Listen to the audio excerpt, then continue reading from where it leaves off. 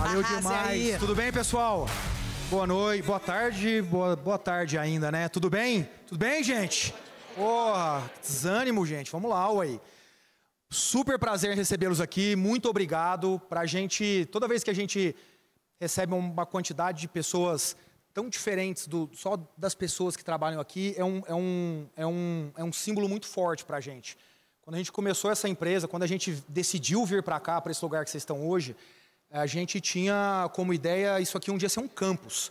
Ser um lugar que as pessoas gostariam de vir para cá, seja trabalhando no iFood, seja visitando o iFood. Eu vou dar só uma dimensão para vocês. O iFood tem um trabalho flexível. As pessoas aqui não precisam vir, as pessoas aqui não têm dias no mínimo para a semana, as pessoas vêm quando querem.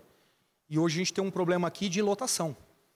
Por quê? Porque esse lugar é legal, esse lugar tem uma energia boa, esse lugar atrai, e vocês são um exemplo disso. Quando a Dani vem aqui e fala, poxa, que legal, porque a gente sabe do desafio, de fato, né? Imagina que a maioria das pessoas estão ali na Paulista, na Faria Lima, na Vila Olímpia, é natural que seja mais difícil mesmo.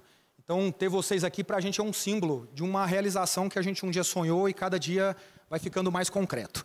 Pessoal, é um prazer enorme e a ideia de falar com vocês aqui hoje é tentar explicar um pouco de onde vem os nossos resultados, de onde vem tudo aquilo que a gente ao longo do tempo veio construindo. E o iFood não é uma empresa de capital aberto, nós não temos a pretensão de ser uma empresa de capital aberto, se tudo correr bem, a gente vai ser uma empresa de capital fechado para sempre. Deixa a gente trabalhar aqui, não tem que ficar anunciando resultado trimestral, gastando tempo fazendo aí roadshow com o investidor. Nossa vida é boa aqui, trabalhando e melhorando o produto, é isso que a gente gosta. E aí, a consequência disso é que nem sempre tem muita informação disponível. Então, eu queria começar mostrando para vocês aqui um grande número do iFood. Isso aqui é o que o iFood cresceu nesses últimos anos. Isso aqui é o número de vendas. O iFood hoje vende, esse número aqui está desatualizado, ele é de dezembro, a gente vendia 7 bilhões de reais por mês. A gente vende hoje 8 bi. E é isso que aconteceu desde a nossa fundação. Primeiro, muita gente cria um monte de premissa errada. O iFood é fruto da pandemia. A pandemia foi aqui, ó. Sabe o que é isso aqui? É um crescimento de 100% ao ano. 7 anos seguidos. A pandemia foi aqui. Olha depois da pandemia. Esquece, não tem nada a ver com pandemia, não. Esquece isso. O iFood é fruto de tecnologia brasileira que consegue cada vez mais engajar o consumidor para gerar venda para o entregador, para o restaurante e renda para o entregador. É assim que o ecossistema fica de pé. Tão simples quanto isso. E fruto de muita inovação também. Isso aqui é o negócio original do iFood, o vermelhinho escuro. Ele continua crescendo até hoje. Isso aqui é o segundo negócio que a gente criou em 2018. Isso aqui é o terceiro negócio que a gente criou em 2020. Depois 2022, 2021, depois 2022. Cara, a gente é muito orgulhoso disso aqui. A gente é muito orgulhoso disso aqui. Então, para quem olha o iFood como uma empresa de food delivery, que entrega a comida do restaurante, isso aqui hoje é só 40% do negócio. Só 40% do negócio. Todo o restante são outras linhas. Vou dar um exemplo de como algumas coisas são impressionantes. Esse negócio aqui, que representa 13% das minhas vendas e que tem 2 aninhos de vida, é venda pelo WhatsApp. Alguém aqui sabia que a gente vendia pelo WhatsApp? É isso. Sabe por quê? Tecnologia, cara. A gente se dedica muito aqui a desenvolvimento de produto e tecnologia. A gente tem que fazer coisa foda. A gente brinca sem resultado fofo. Não tem resultado fofo aqui. Ou é grande, ou é ambicioso, ou é legal, ou é diferente, ou não pode fazer. E quando a gente mostra isso aqui, muita gente fala, puta, que legal, mas e aí? Como é que vocês dão conta? E aí o que as pessoas imaginam é exatamente isso aqui, ó. Cara, vocês são muito bons. Vocês têm uma ideia, alguém lá no iFood muito inteligente tem uma ideia, e aí alguém coloca lá um dinheirinho, vocês constroem e depois chega lá no resultado. É assim que muitas pessoas imaginam que a gente consegue chegar naquilo que vocês viram. Quando, na verdade, esse é o sucesso. Nosso sucesso vem disso aí, ó. Tudo. Não tem nada dentro dessa empresa que tenha sido feito como nesse primeiro chart aqui.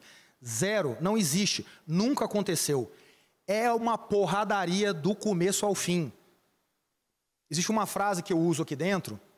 Pessoal, eu sou uma pessoa muito informal, então me permitam, às vezes, falar palavrão com o tom, com o intuito de passar uma mensagem, não de ser agressivo, mal educado, obviamente.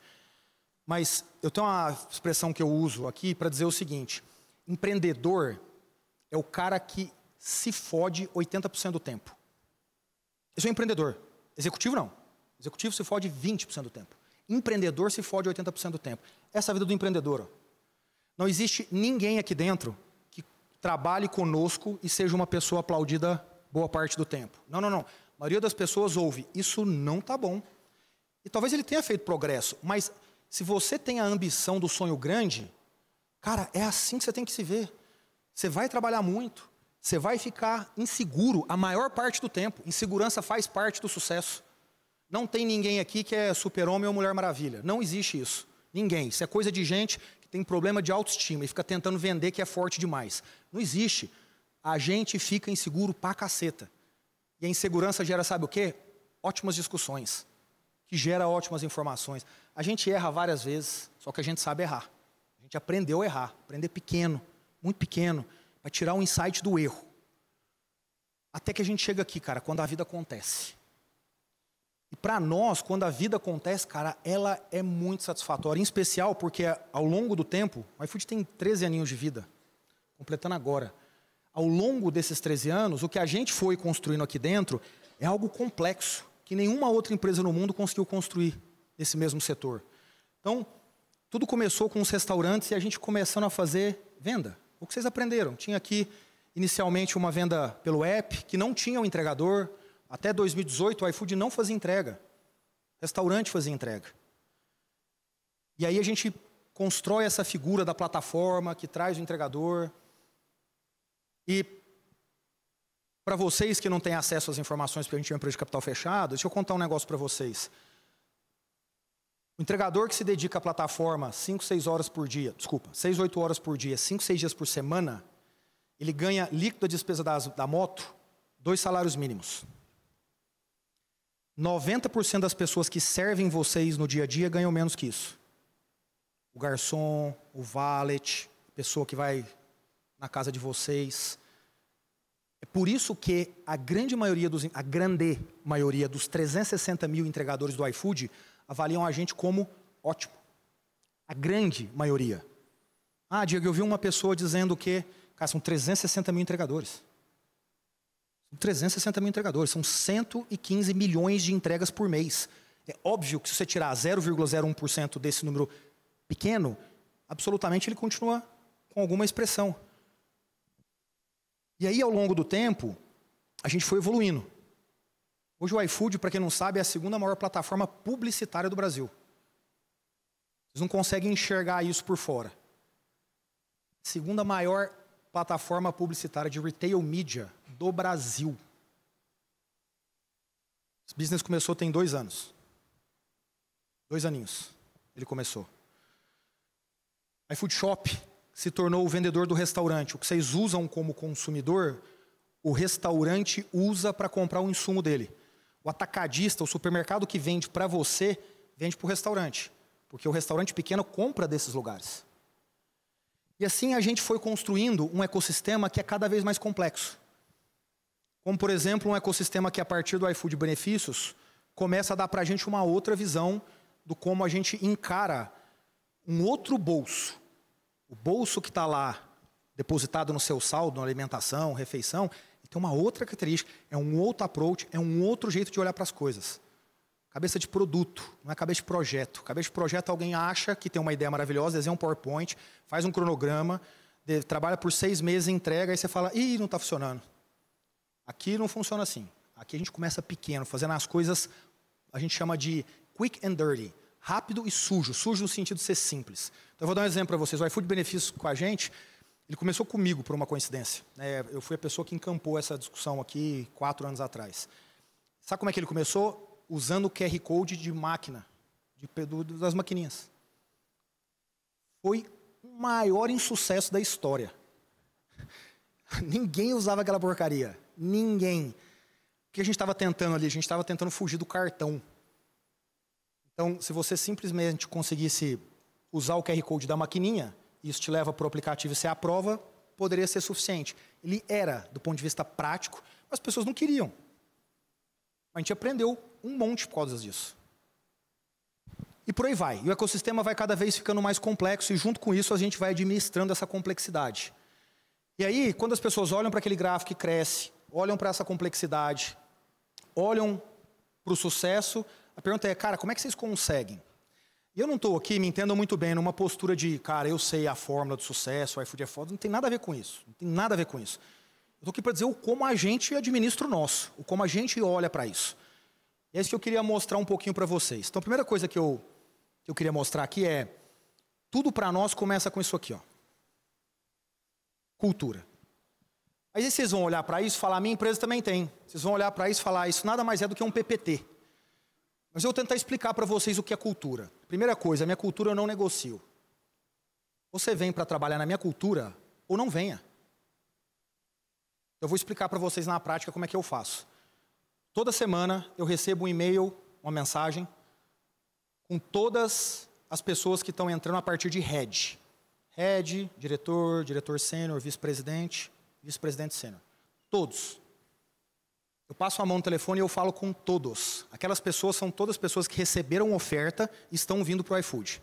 Eu ligo para elas e digo, eu estou te ligando para dizer por que você não deveria vir para o iFood. Ouça atentamente o que eu vou te dizer, porque se você quiser vir para cá, mesmo sabendo disso, e você está se enganando ou me enganando, você vai ser demitido, cara. Porque eu não negocio minha cultura. E não é porque, de novo, eu sou melhor do que os outros, é só porque, cara, você vai para o Japão e você respeita a faixa pedestre. Porque é a cultura, você tem que respeitar. Você vai para os Estados Unidos e não bebe e pega carro depois, porque você sabe que você tem uma penalidade para isso. Cultura, não se negocia cultura. Eu aviso. O que significa ser 80% do tempo se ferrando? Significa que 80% do tempo você tem que se sentir bem estando sob pressão, mas uma pressão positiva, do bem, do tipo, gente, isso aqui não está bom, tem que ir para esse patamar, isso aqui não funciona, trazer desse jeito não gera valor. A discussão na boa, mas ela é assim que acontece, não tem rodeio. Ah, então, queria te falar, então, veja bem, é que, na verdade, não. Eu vou dar um outro exemplo. Qualquer pessoa nessa empresa que diga, não, eu vou te contar um negócio, você não conta para ninguém, tá? A resposta é, próxima vez que você falar, você é demitido. E vocês todos sabem do que eu estou falando, porque é isso que acontece no dia a dia da maioria das empresas. Não, vou te contar um negócio, você não conta para ninguém, você está de sacanagem. O princípio de uma cultura é transparência. Para que serve cultura se você não exige transparência, não trabalha para ter transparência entre as pessoas? Não faz sentido nenhum, não existe construção de cultura desse jeito. Não existe. Não existe. E está aqui, ó, o nosso CHRO para provar isso. Semana passada, entrei numa reunião de talentos, da gente dizendo como é que a gente vai desenvolver determinadas pessoas nos próximos 2 anos. E a minha conversa começa dizendo para as pessoas que estavam na sala, se qualquer coisa que for discutida aqui dentro sair, a gente está falando de informações importantes, privadas, para fazer desenvolvimento de cada pessoa, é quebra de confiança, é demissão na hora. Na hora. Porque é assim que tem que funcionar a cultura, gente. Nós não negociamos cultura, eu não negocio meus valores, eu não negocio mais do que isso o meu jeito de me comportar. Eu vou até mostrar um pouquinho para vocês sobre isso. Segundo modelo de gestão. Cara, eu tenho um jeito de operar minha empresa. Eu tenho um jeito, eu tenho uma forma de usar isso para me comunicar e permitir que 6 mil não, quase 8 mil pessoas consigam se comunicar diariamente da mesma forma, de uma forma assíncrona, simples, objetiva. Sabe qual é o conselho que eu tenho aqui na minha empresa de administração? Nenhum. Sabe quantos comitês eu tenho na minha empresa? Nenhum. Não tem essas coisas aqui dentro. Não existe. Ah, Diego, é porque você é uma startupzinha. Eu não sou uma startupzinha. Eu faturo mais de 90 bilhões por ano. Eu não sou uma startupzinha. Eu sou auditado, trimestralmente. Meu principal investidor é listado em 2 bolsas. Eu não sou uma startupzinha. Mas você entende que é a ausência de cultura que te obriga a criar um monte de regra? Porque você não confia no processo funcionando de forma natural, então você cria uma regra. Não, vamos nos reunir toda segunda-feira às 9 horas da manhã para discutir este relatório. É isso. Por quê? Porque você não tem a segurança do como as pessoas reagem àquelas informações. Então você precisa ter uma reunião. Aqui não funciona assim. Aqui não funciona assim, porque eu tenho um modelo de gestão, tenho uma forma da gente se comportar aqui dentro. Ah, eu não gosto. Não serve. Me desculpa, não é que você não serve para o mundo, é só para o iFood. Eu costumo brincar, é igual você, na sua casa, dizer para alguém, não entre de tênis porque suja o tapete, eu não quero que suja. Se a pessoa entra de tênis, ela está sendo desrespeitosa com você. Isso aqui é minha casa, cara. Você tem que respeitar a minha casa. Pensamento de ecossistema. A cabeça tem que funcionar como ecossistema. Empresas com sonho grande, empresas que exponenciam o resultado, empresas que entendem que a conexão de determinados elementos te leva para um outro lugar, pensa como ecossistema. Alguém vai falar, óbvio escambau, quero ver você fazer isso dentro da sua empresa. Todo mundo lá é cilado, todo mundo quer defender o seu, todo mundo chega no final do ano e fala, gasta o orçamento aí para a gente criar o baseline para o ano que vem. Não deixa sobrar orçamento, não. O bom é as cabeças, tipo assim, é assim lá mesmo.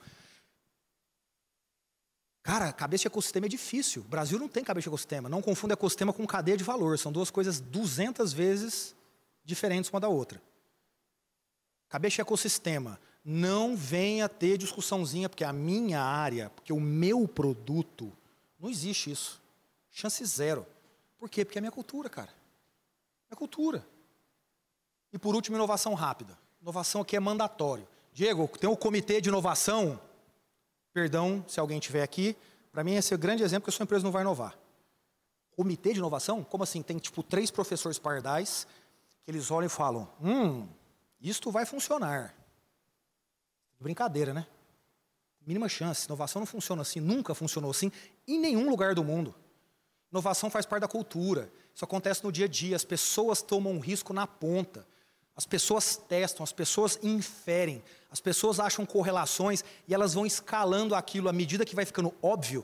E as pessoas mais sêniores vão olhando e falando, vai, bota mais 1 milhão aí, bota 5 agora, bota 10, bota 100. Saindo de nada, saindo de pequenas coisinhas. É assim que a gente acredita em inovação. Não tem aqui mestre da inovação, não existe isso. Não é assim que inova. Sabe por que a gente não sabe isso via de regra? Porque o Brasil não é um país inovador. A gente acha que é, mas não tem nenhum ranking no mundo, nenhuma métrica do mundo que te mostra que o país é. Você tem no Brasil exceções de inovação. Não inovação. Tudo que vocês acharem que é uma inovação no Brasil é uma exceção à regra, não é a regra. E é isso que a gente não admite aqui dentro. As nossas inspirações aqui, a gente vai todo ano para a China desde 2018. A gente vai lá, cara, a gente passa 10 dias estudando aquele negócio. A gente sobe em moto, anda com os entregadores, entra dentro das empresas, entrevista os pesquisadores, não é apresentação institucional corporativa. A gente vai a campo aprender esses negócios. 2 meses atrás, a gente mandou que 60 pessoas para Stanford, juntas. Ficaram lá 10 dias em Stanford, estudando inovação, empreendedorismo. Pô, Diego, mas por que você manda? Porque essa empresa tem 8 mil pessoas. Elas, 5 anos atrás, tinham 800. Minha cultura não está perfeita, porque vem muita gente de fora. E eu não consigo trazer as pessoas como se eu estivesse no Vale do Silício, ou em Israel, ou em Shenzhen, na China, que eu falo, tem um monte de gente que já pensa e faz assim há 10 anos. Vem aqui trabalhar aqui também. Não tem. Precisa identificar esse comportamento da pessoa, trazer e fazer esse potencial dela acontecer. E aí eu queria dar um exemplo para vocês aqui. Um exemplo super legal. Aliás, antes de entrar no exemplo, deixa eu só mostrar isso aqui, eu tinha me esquecido. O que isso aqui quer dizer na prática? Né? Tudo que eu falei para vocês. Primeiro, para nós as pessoas precisam ser ambidestras. O que é ambidestria? Ambidestria é a capacidade que você tem de fazer 2 coisas contraditórias ao mesmo tempo. Do tipo a pessoa que usa a mão direita e esquerda para escrever, para cozinhar. É só uma pessoa ambidestra. Ela faz 2 coisas que soa contraditório. O que a gente está acostumado a fazer no Brasil? Essa pessoa aqui é excepcional de eficiência operacional. E essa pessoa aqui é super inovadora. Caceta! Você criou 2 empresas. O que eu preciso é de pessoas que têm a capacidade de ser ambidestra. Uma pessoa que olha para um negócio e fala, isso aqui, cara, eu vou tirar o último centavo do processo possível. Mas assim, eu vou otimizar num nível que ninguém acredita. E aí quando essa pessoa vai para uma outra reunião, para uma outra discussão, para um outro ponto, ele olha e fala, isso aqui eu nem vou me preocupar com o resultado financeiro, porque eu estou no processo de inovação. A mesma pessoa. Quer ver um exemplo do ponto de vista prático? Para vocês aqui que trabalham em empresas e que inovam e tal, não sei o quê, sempre vem um cara do financeiro e fala, qual é a TIR ou payback desse projeto que você está propondo? Isso é de sacanagem. TIR, projeto, payback, retorno de um negócio que é uma inovação, como é que você pode conseguir prever isso? Chance é zero, cara. Um cara de finanças aqui não pode falar isso, mas nem a porrete. Ele pode falar isso naquilo que está claro, que está escalando, que está maduro, que está consumindo caixa. Que eu posso. Mas aqui do outro lado, óbvio que não. Diego, qual o seu orçamento para inovação? Não existe um orçamento de inovação. Está na cultura, está na empresa. Mas as coisas acontecem de forma descentralizada. Isso aqui é ambidestria. Isso é ambidestria. O outro é conflito produtivo. Cara, a gente precisa entender a importância de ter conflito produtivo. Não existe crescimento com um conflito que não seja produtivo. Quando você tem conflito, quando você não tem conflito, na prática você está postergando as discussões difíceis. Está errado. Não confundam isso com falta de educação, com falta de ética. Então a gente brinca, seja brutal com o fato, nunca com uma pessoa. Mas com o fato, tem que ser brutal. Esses dias eu recebi do nosso time de privacidade um negócio, eles me mandaram falar assim, cara, olha que legal isso que a gente acabou de lançar. Eu abri, olhei, falei, para quê? Aí eles me responderam. Aí eu falei, mas quem disse isso? De onde vocês tiraram? A pessoa falou, não, a gente começou a fazer. Tipo, você imaginou que o mundo vai gostar, você foi lá e fez, e aí você fala, agora vamos ver se o mundo gosta. O conflito produtivo é dizer, cara, você errou completamente. Talvez até seja bem sucedido, mas sabe qual é a chance de você fazer um negócio sem ter lógica de produto, de iteração e acertar assim? É 1 em 1 milhão. Não existe isso. Não existe isso, estatisticamente. Não sou eu que digo, é pesquisa. O conflito produtivo é dizer, ó, vem aqui, deixa eu te explicar um negócio. Inovação se faz dessa forma, por esse motivo. A forma como você fez foi assim. Esse é o jeito tradicional. A maioria das empresas no mundo que foram um dia líderes e depois perderam essa posição quando ficaram grandes, perderam porque ela tem esse tipo de processo. Está aqui 1 ou 2 artigos que mostram isso. Você entende que você fez do jeito errado? Isso é um conflito produtivo. E não assim, deixa eu ver, não, mas ela acabou de entrar na empresa, se eu falar assim, ela vai ficar... Não, tem que ter conflito produtivo, gente. Tem que expor o ponto de vista. E no final, a gente usa uma expressão em inglês aqui, porque ela fica mais forte, tem que disagree, but commit. Tem que discordar, mas no final se comprometer com a decisão. Então não tem aquele negócio, viu? Falei que ia dar errado. Já houve, próxima dessa, demissão. Nossa cultura não admite isso. Disagree and commit significa, mesmo não tendo concordado, eu vou até o final com essa decisão, e aí com os resultados dela, eu vou aprender e a gente juntos vai para a próxima etapa. Conflito produtivo, cara, tem que ter. Tem que encarar os fatos de forma brutal. Não pode abrir mão disso. Para com esse negócio de, o jeito de falar, seja educado, seja ético, seja tranquilo, seja na boa. O ambiente aqui é super legal, mas a gente fala a verdade. A gente fala a verdade. A coisa que não está boa, ela não está boa. Ponto. Me explica por quê? Claro, esse é o motivo, esse que a gente combinou, esse que a gente esperava, esse é o ponto que a gente imaginava. Aconteceu isso aqui tudo? Não. Então você está concordando comigo. Não, aconteceu, eu quero te dar um outro ponto de vista. Entendi. Então, desculpa, eu que estou errado. Está tudo bem. Encara os fatos de forma brutal. Entre um problema e uma solução, só existe uma coisa no meio do caminho. Informação. Quanto mais informação você coloca, mais isso aqui se aproxima. Quanto mais você não encara de forma brutal, quanto mais você não tem um conflito produtivo, mais você está dificultando o processo de chegar no resultado. É algo lógico. E por último, priorize o 80-20. A gente não faz projeto fofo, não faz meta fofa, não gostamos disso. Mas ficou tão legal, mas a pessoa se empenhou tanto. Se for fofo, não, obrigado. Não, gente, porque a grandeza do que a gente está tentando construir aqui tem a ver com isso.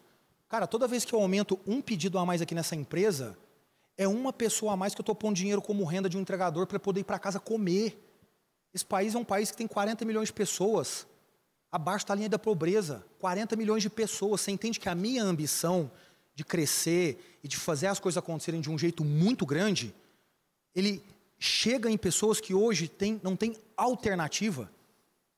Você sabe o que o iFood é hoje?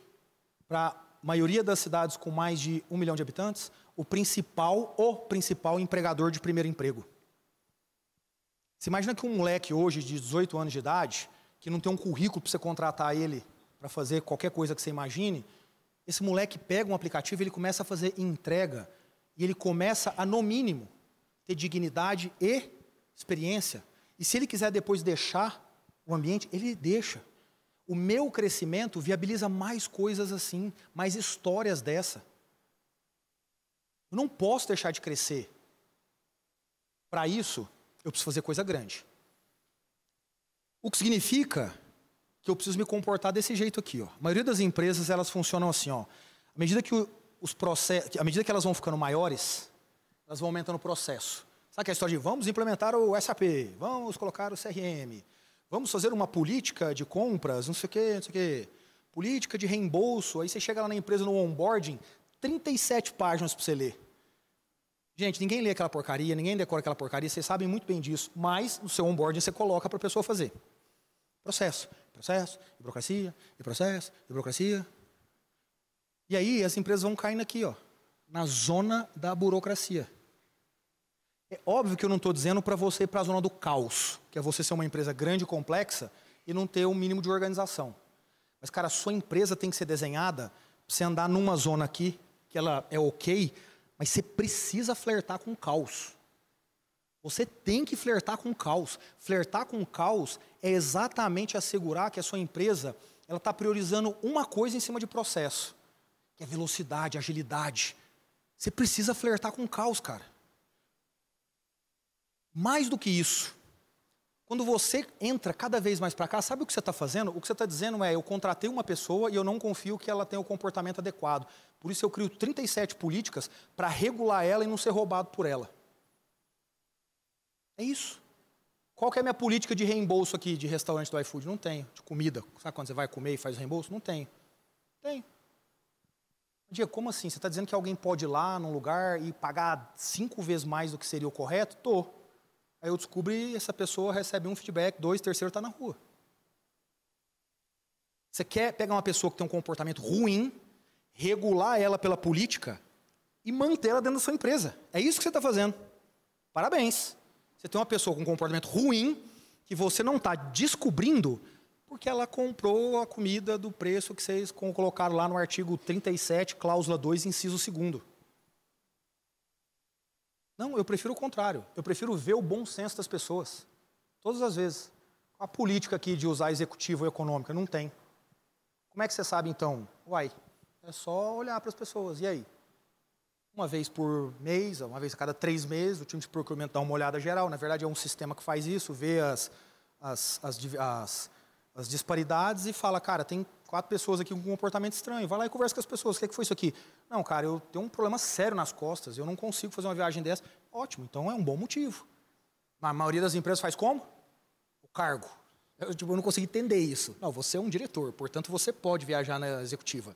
Mas você é só um analista, então você não pode. Entendi. Qual a diferença? Você separa o benefício pelo cargo? Não capturo o raciocínio. Não, o raciocínio é que esse cara é mais sênior. Não consigo entender ainda. Agora, não, a pessoa foi porque ela está na 3ª viagem internacional em 3 semanas, cara. Tem que ir mesmo. O que ela é? Não estou nem aí se ela é estagiário. Não interessa. Não interessa. Faz sentido. Isso é uma empresa que opera perto do caos. Então, é possível que, neste exato momento, alguém esteja roubando R$75 na prestação de despesa da minha refeição? É. É possível que ela faça isso 10 vezes no ano? É, perdi R$750. Em algum momento o sistema vai pegar, capturar, entender isso, a gente vai saber, essa pessoa vai sair da empresa. É a melhor coisa que pode acontecer. Ela ganhou R$750 e eu ganhei não ter mais uma pessoa que não tem o comportamento que eu espero. É a melhor coisa que podia acontecer. E aí eu queria dar um exemplo do como isso aqui tudo aparece, por exemplo, em termos de produto e resultado. A maioria de vocês conhece o Clube. O Clube é o nosso programa de loyalty. A gente começou a trabalhar o Clube em 2018. Em 2018 a gente disse, ó, a gente vai crescer muito em aquisição de clientes e depois, para a empresa continuar crescendo, depois que eu adquiri, hoje o iFood tem 60 milhões de clientes por ano, ativos. Então, cara, eu não tenho mais cliente para adquirir. Aconteceu o que a gente imaginou um dia. Chegou. Como é que você consegue crescer no nosso negócio? Frequência. Você comprava 2 vezes por mês, agora você compra 3, agora você compra 4, agora você compra 8, agora você compra 10. Então, imaginando isso, lá em 2018 a gente disse, a gente vai começar a treinar, a testar gente dá o nome disso aqui de jet ski, quando a gente começa esses testes. Algo que aumente a frequência. Em 2018 a gente fez. Nós falhamos miseravelmente. Em 2019 a gente fez de novo o ano inteiro. Falhamos miseravelmente. 2020, é quando eu coloquei o gráfico, a gente começou a achar os primeiros resultados. Mas esse jet ski, ele tem uma coisa legal que eu queria mostrar para vocês. Olha quantos testes a gente fez no ano. 1.100, esse é o número exato. 1.103 testes no ano. 1.103 testes no ano. Sabe quando que você vai fazer isso com burocracia, com comitê, com pedido de aprovação de reembolso de refeição? Sei o quê? Nunca, nunca, nunca você vai fazer isso. Nunca, não tem jeito. O que a gente descobriu aqui? A gente conseguiu descobrir aqui, ó, proposta de valor. Então aqui dentro do iFood é o seguinte, a primeira coisa que você precisa provar quando você está inovando, só você saber, eu não preciso regular isso. Eu não preciso saber se você vai ganhar dinheiro ainda, eu não preciso saber como você vai monetizar, eu não preciso saber como você vai escalar. O que eu preciso aqui é um negócio que chama efeito uau. Você fez um negócio que a pessoa que está sendo atingida, o consumidor, o entregador, o restaurante, o supermercado, falou, uau, isso aqui é legal, hein? Jesus. É isso que a gente achou aqui, no final de 2022, há 2 anos atrás, 2 anos e meio atrás. A gente achou o efeito uau do clube. O que era ali pra gente? Era uma mecânica em que a gente falava, nossa, o consumidor, ele volta muito mais do que ele vinha antes. Aumento da frequência. A gente falou, ótimo, só que isso aqui não pode ser fofo. Ele precisa virar uma lancha. É assim que a gente chama internamente. Ele precisa virar uma lancha. O que quer dizer virar uma lancha? Precisa escalar, precisa ser grande. E foi isso que a gente começou a trabalhar aqui. Aqui é quando a gente traz ele, o benefícios, o clube para dentro do benefícios. E a gente vai aprendendo junto com isso a monetizar. Aqui eu começo a falar, como é que funciona aqui? Como é que eu vou ganhar dinheiro? Como é que o restaurante vai ganhar dinheiro? Como é que o consumidor vai ganhar? Como é que ele vai ganhar no sentido de ter o desconto dele e tal. E aí, a gente começa a ter esse efeito. Até que a gente chega aqui, no final, em maio de 2024, fala, agora vamos que vamos mesmo. E aí a gente vai para a rua com branding, com out of home, e começa a fazer um trabalho forte nisso. O clube, 2 anos e meio depois, faz 34 milhões de pedidos por mês. É 30% do que a empresa faz.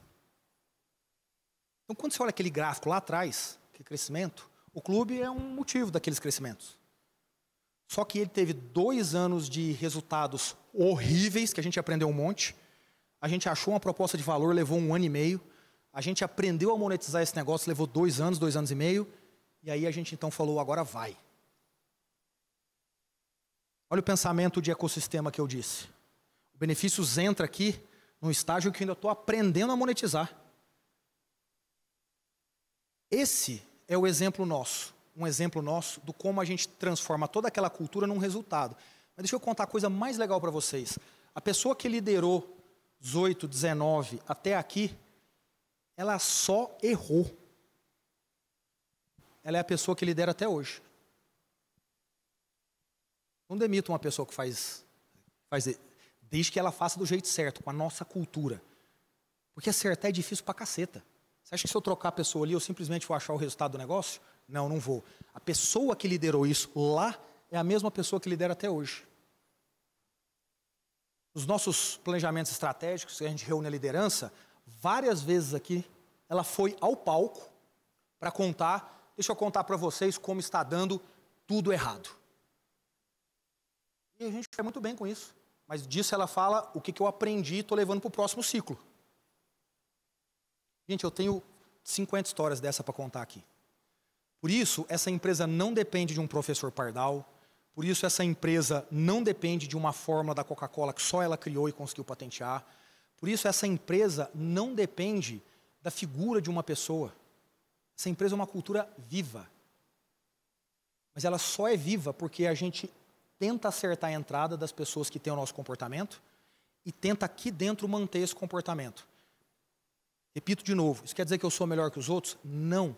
Gosto de brincar. Eu simplesmente sou o Japão, você é a Itália, você é a Suíça, você é os Estados Unidos. Só que quando você entra no Japão, você tem que respeitar o Japão.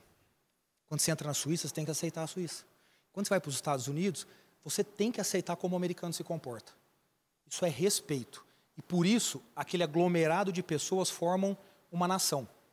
E é por isso que no iFood, esse aglomerado de 8 mil pessoas, mais 360 mil entregadores, mais 400 mil lojistas, formam, de alguma forma, uma nação. Obrigado, gente. Valeu!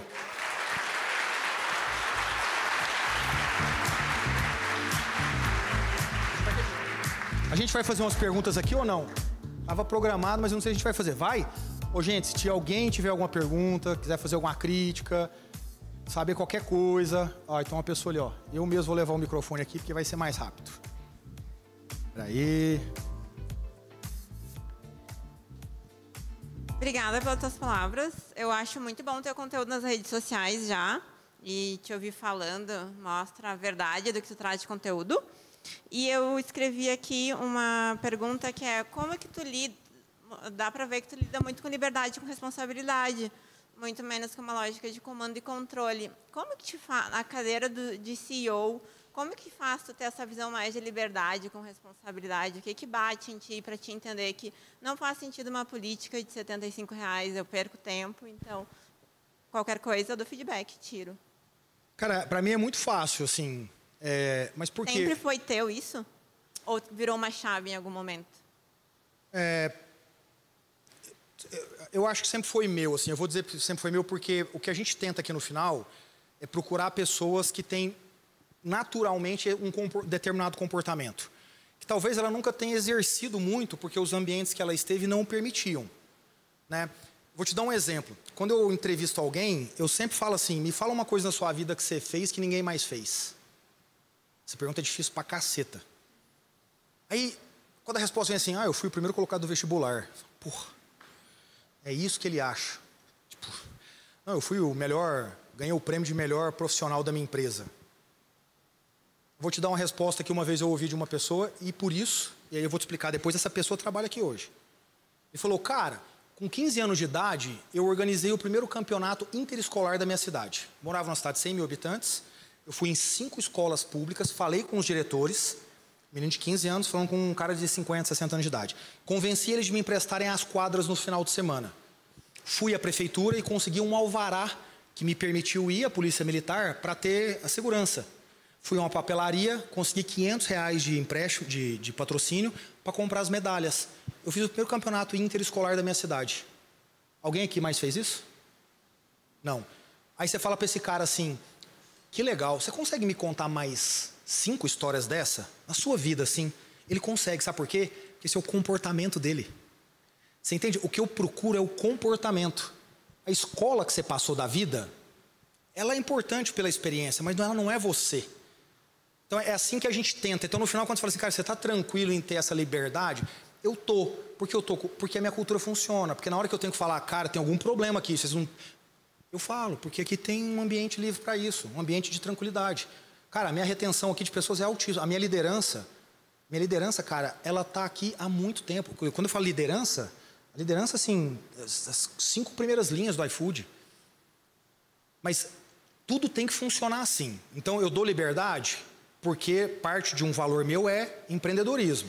Empreendedorismo é feito por pessoas empreendedoras. Aqui nessa empresa tem 1.300 pessoas com stock option. Eu desafio vocês a procurarem uma empresa no Brasil que tem essa quantidade de pessoas com stock option. Sabe como é que funciona meu programa aqui? Você recebeu o stock option, veste 25% ao ano. Você pode retirar o valor a cada ano 25%. Líquido, você pode pegar.